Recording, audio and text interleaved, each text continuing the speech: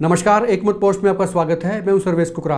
हरियाणा में विधायकों के अब अच्छे दिन आने वाले हैं और इसकी वजह रहेगी किसान। किसान भले ही अपने लिए आंदोलन कर रहा हो, लेकिन उसकी एवज में विधायकों के अच्छे दिन अब आएंगे।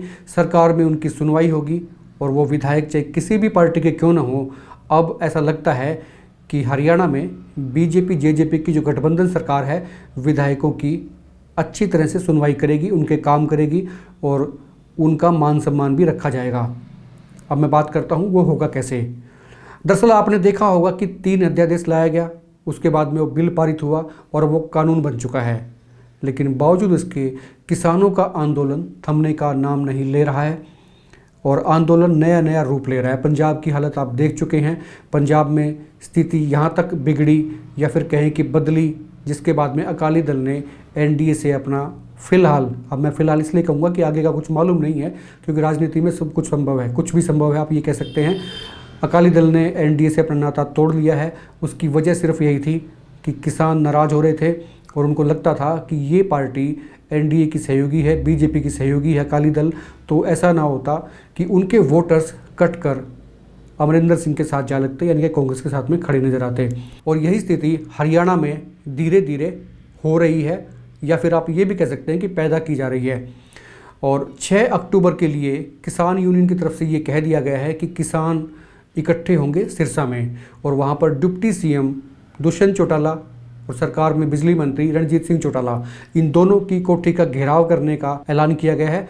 गुरनाम सिंह चढ़ूनी ने एक वीडियो भी भेजा है और उस वीडियो में उन्होंने लोगों से कहा है कि वो सिरसा में दशहरा ग्राउंड में इकट्ठे हों और वहाँ से वो इकट्ठे होकर दुष्यंत सिंह चौटाला और रणजीत सिंह चौटाला की कोठियों पर जाएंगे, उनका घेराव करेंगे।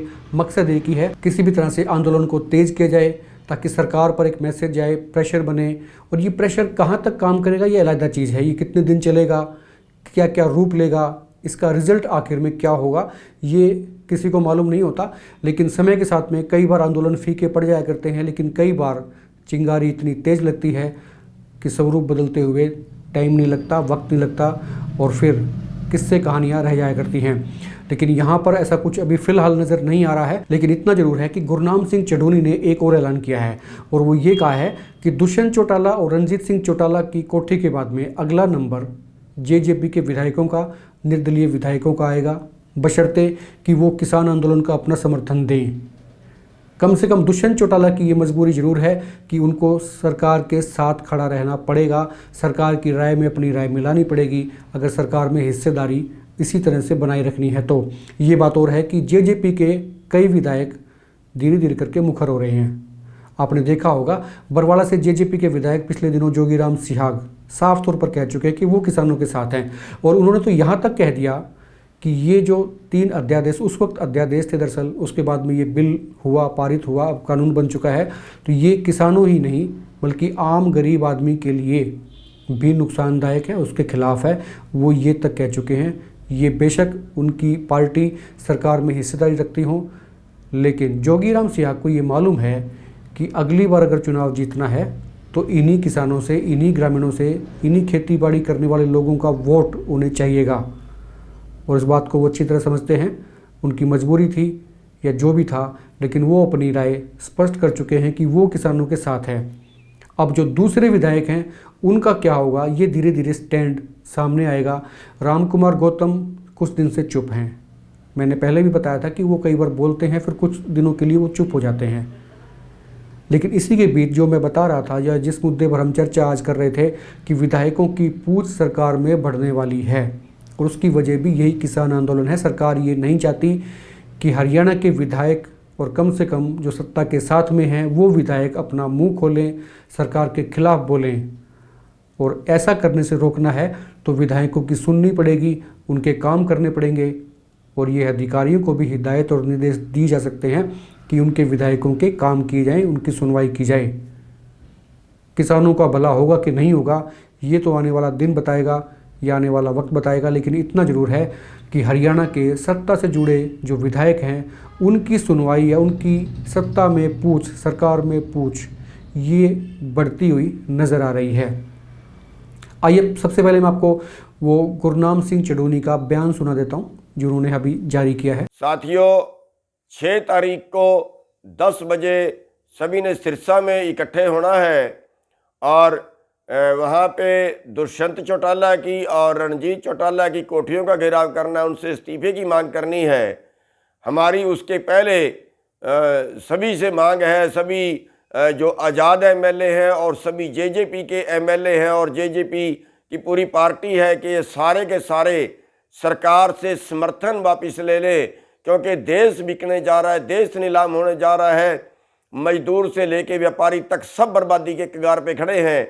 एक तरफ जहां देश की जीडीपी 24% कम हो रही है, वहां पे अंबानी की आमदन 90 करोड़ प्रति घंटा की चल रही है पिछले 6 महीनों से, और अब भी सरकार देश को बेच के उसी की झोली में डाल देना चाहती है। बड़ा गंभीर मैटर है। इन सब राजनेताओं को सत्ता छोड़ के हमारे बीच में आना चाहिए, और अगर ये नहीं आते तो 6 तारीख को दुष्यंत की कोठी का और रणजीत की कोठी का घेराव तो है ही, उसके बाद जो बाकी एमएलए आज़ाद और दुष्यंत के हैं उनका भी घेराव किया जाएगा, और या वो पार्टी छोड़ के हमारे बीच में आ जाएं। तो मेरा सभी साथियों से अनुरोध है कि सिरसा के अंदर 6 तारीख को सुबह 10 बजे ज़्यादा से ज़्यादा दशहरा ग्राउंड में पहुँचें। दरअसल हमारा हरियाणा जो है वो गांव में बसता है, और यूँ कहिए तो भारत ही पूरा गांव में बसता है, यानी कि भारत का जो दिल है वो गांव में रहता है। उसका मतलब ये है कि जो वोटर्स हैं, जो मैक्सिमम वोटर्स हैं, वो रूरल पृष्ठभूमि के हैं, ग्रामीण पृष्ठभूमि के हैं। और ये तमाम नेताओं की मजबूरी रहती है कि उनको किसी न किसी तरीके से किसानों को, ग्रामीणों को खुश करना ही पड़ता है, उनके फेवर में बयान देने ही पड़ते हैं। अब लब्बो लबाब यही है कि किसान आंदोलन तेज होने के साथ में क्या कुछ और विधायक सामने आएंगे, किसानों के साथ में खड़े नज़र आएंगे, या फिर समय का इंतज़ार करेंगे, चुप रहेंगे, घरों में रहेंगे, बाहर नहीं जाएंगे, ये आने वाला वक्त बताएगा। लेकिन धीरे धीरे काफ़ी गाँवों में ऐसे पोस्टर्स, होर्डिंग्स लगने शुरू हो गए हैं कि सत्ता से जुड़े विधायकों को, नेताओं को घुसने न दें। हालांकि मैं इस परंपरा को अच्छा नहीं मानता हूँ।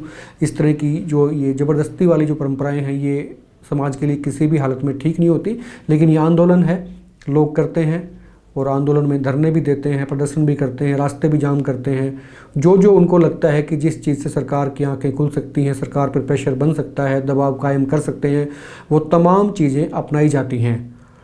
और उन्हीं तमाम चीज़ों में भी एक नई चीज़ शामिल हो गई है। ये होर्डिंग्स, पोस्टर्स लगाए जा रहे हैं कि बीजेपी, जेजेपी नेताओं को गाँव में ना घुसने दें। कई जगहों पे आपने देखा भी है कि नेताओं का बहिष्कार हो रहा है, उनको कुछ कहा जा रहा है, नारे लगाए जा रहे हैं, काले झंडे दिखाए जा रहे हैं।